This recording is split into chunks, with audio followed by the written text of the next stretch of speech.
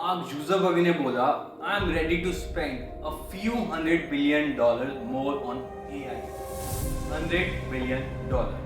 चलो समझते हैं, एक कंपनी इतना पैसा खर्च करेगी सिर्फ AI बनाने के लिए? तो सवाल ये है, मेटा आखिर बनना क्या चाह रही है? क्या वो ChatGPT से भी बड़ा कुछ प्लान कर रही है?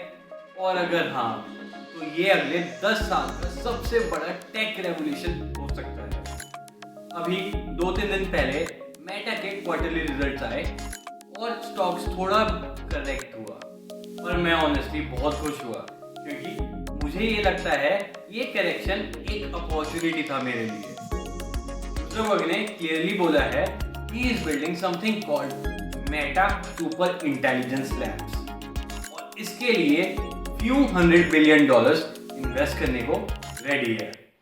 अब शॉर्ट टर्म में मार्जिन प्रेशर में आएंगे, पर जब केपेक्स साइकिल स्टार्ट होगा तो लॉन्ग टर्म में प्रॉफिट का एक्सप्लोजन हो सकता है।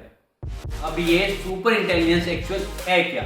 अभी तक AI रेस एक ही चीज पे फोकस थी, वो है स्पीड। कौन सा मॉडल फास्ट है, किसका कंप्यूट कॉस्ट कम है। लेकिन next phase of AI speed नहीं, अंडरस्टैंडिंग पे होगा।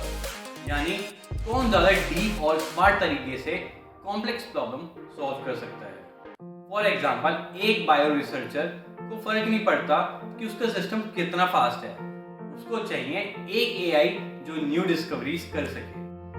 चलो मेटा की एडवांटेजेस जानते हैं। मेटा के पास बिलियंस ऑफ यूजर्स का डेटा है।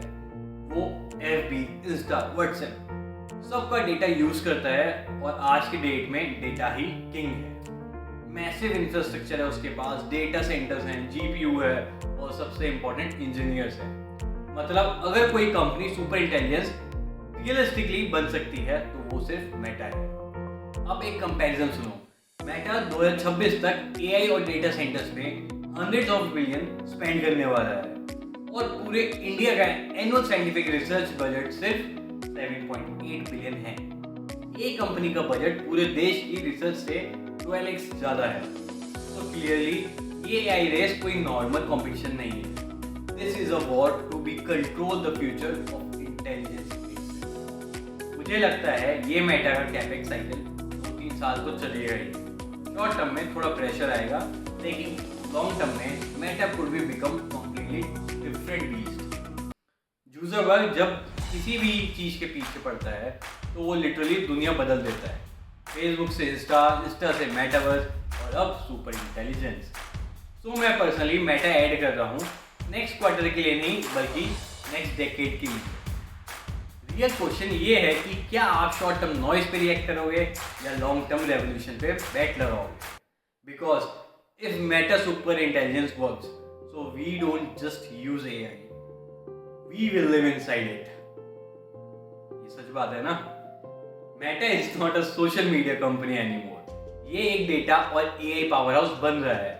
तो ऐसे ही कंटेंट के लिए सब्सक्राइब करो सेंसटेक्स, क्योंकि यहाँ हम सिर्फ मार्केट्स नहीं, फ्यूचर्स के सिग्नल्स भी डिकोड करते हैं।